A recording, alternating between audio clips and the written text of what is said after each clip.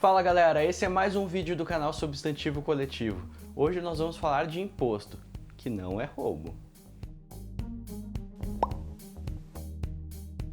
No Brasil, a cobrança de imposto de renda tem sido utilizada de forma a gerar grave desigualdade social, e nós vamos explicar o porquê. Nos salários, embora de uma forma bastante limitada, o imposto é progressivo, chegando ao teto de cobrança de 27,5% nos salários acima de R$ 4.664,68. Vale lembrar que as faixas não são atualizadas desde 2015, ainda que a inflação tenha consumido boa parte do poder de compra desses trabalhadores. Hoje a faixa de isenção consiste no salário de até R$ 1.903,98, e caso tivesse sido corrigida pela inflação, seriam isentos até R$ 3.689,94 mensais, já descontados do valor do INSS, segundo o cálculo do Sindicato dos Auditores da Receita Federal. O teto do imposto de renda é atingido com salários muito baixos, ficando na mesma faixa de cobrança quem ganha R$ 5.000 ou quem ganha R$ 300.000. Para ter noção o quanto essa faixa é defasada em relação ao mundo, a empresa de contabilidade PricewaterhouseCoopers comparou quanto receberia líquido alguém que ganhasse $400 mil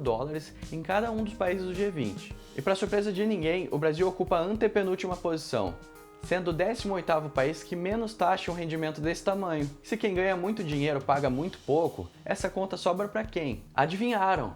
Mas isso não ocorre de forma escancarada, via alíquota de imposto de renda, mas sim via consumo. Quase 50% dos impostos são recolhidos dessa forma por aqui, enquanto a média entre países da OCDE é de 32%.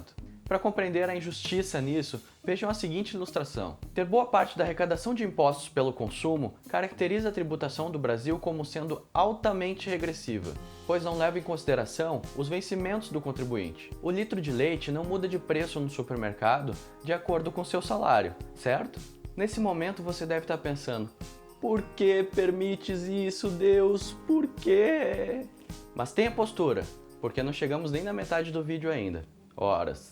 A regressividade dos nossos impostos aumenta quando analisamos os impostos sobre heranças e a inexistência de impostos em lucros e dividendos. Na herança, temos uma das menores incidências de imposto no mundo. Embora a decisão seja estatal, no máximo a cobrança chega até 8%, mas a média está em 4%. Em outros países, como os da Europa Ocidental, os Estados Unidos e o Japão, essa taxa é bem mais alta, de 25% a 40%. O nosso caso faz com que a concentração de renda se mantenha sempre nas mãos das mesmas famílias. E ainda querem que acreditemos em meritocracia. Já em lucros e dividendos, não tem cobrança nenhuma mesmo. Os únicos países que possuem essa isenção são o Brasil e a Estônia. Os verdadeiramente ricos no país pagam muito pouco imposto. Como apontado por uma matéria do G1, baseado nas declarações de imposto de renda do ano passado, a faixa de maior renda, ou seja, os que recebem mais de 320 salários mínimos por mês, isso que você ouviu, os que recebem mais de R$300 mil por mês, pagam em média 2% de imposto de renda. Isso que é um isentão de verdade, não essa galera aqui. Essa distorção tributária ocorre porque grande parte desses rendimentos não são obtidos via salários, mas como lucros, dividendos, rendimentos de microempresas, doações, heranças e aplicações isentas de tributação, como LCAs e LCIs. Uma coisa que pouca gente sabe, já que a ideologia dominante faz questão de esconder, é que nos anos dourados do capitalismo nos Estados Unidos, no período pós-Segunda Guerra Mundial até a década de 70, a incidência de imposto de renda chegou a 94% em 1944 e se manteve em 91% até 1961. As medidas vieram para sanar a concentração de renda que estava fazendo com que a classe média estadunidense desaparecesse, enquanto os ricos ficavam cada vez mais ricos. Soa familiar? Já no Reino Unido, os impostos chegaram a 95%, o que fez os Beatles criarem uma música de protesto, que não vou colocar aqui para não ferrar a divulgação do meu vídeo, mas é mais ou menos assim. We all live on yellow submarine. Yellow. Não é essa nada, eu enganei vocês. A música se chama Tax Me e vai estar nos comentários do vídeo.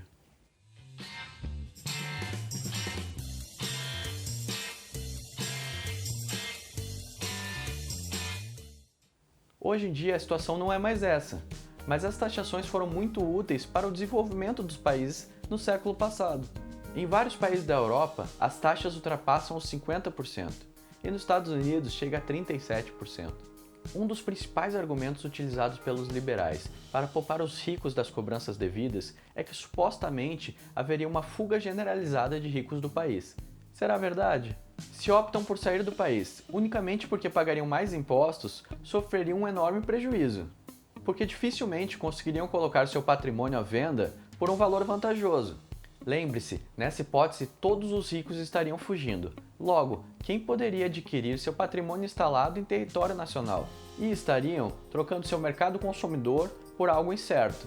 Afinal, quem garante que no país com menos impostos ele conseguirá o mesmo lucrativo mercado consumidor diante do competitivo mercado já estabelecido do país para onde ele pretende fugir? Outro fator importante é a infraestrutura existente no país, a qual é essencial para a logística de seus negócios. É por isso que não vemos os empresários noruegueses fugindo da Noruega, apesar de lá os mais ricos pagarem muito imposto.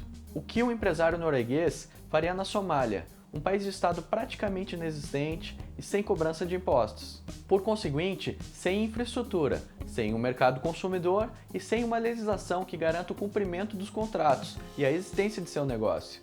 Então é isso. Concluindo a sopa de números que tivemos hoje, o que entendemos e propomos é que o país precisa de uma reforma tributária que alivie as contas das classes mais baixas, através da redução dos impostos no consumo. Alivie também as taxas das classes médias, com o aumento das faixas de isenção, menor incidência nos salários médios e criação de faixas maiores para os salários muito altos.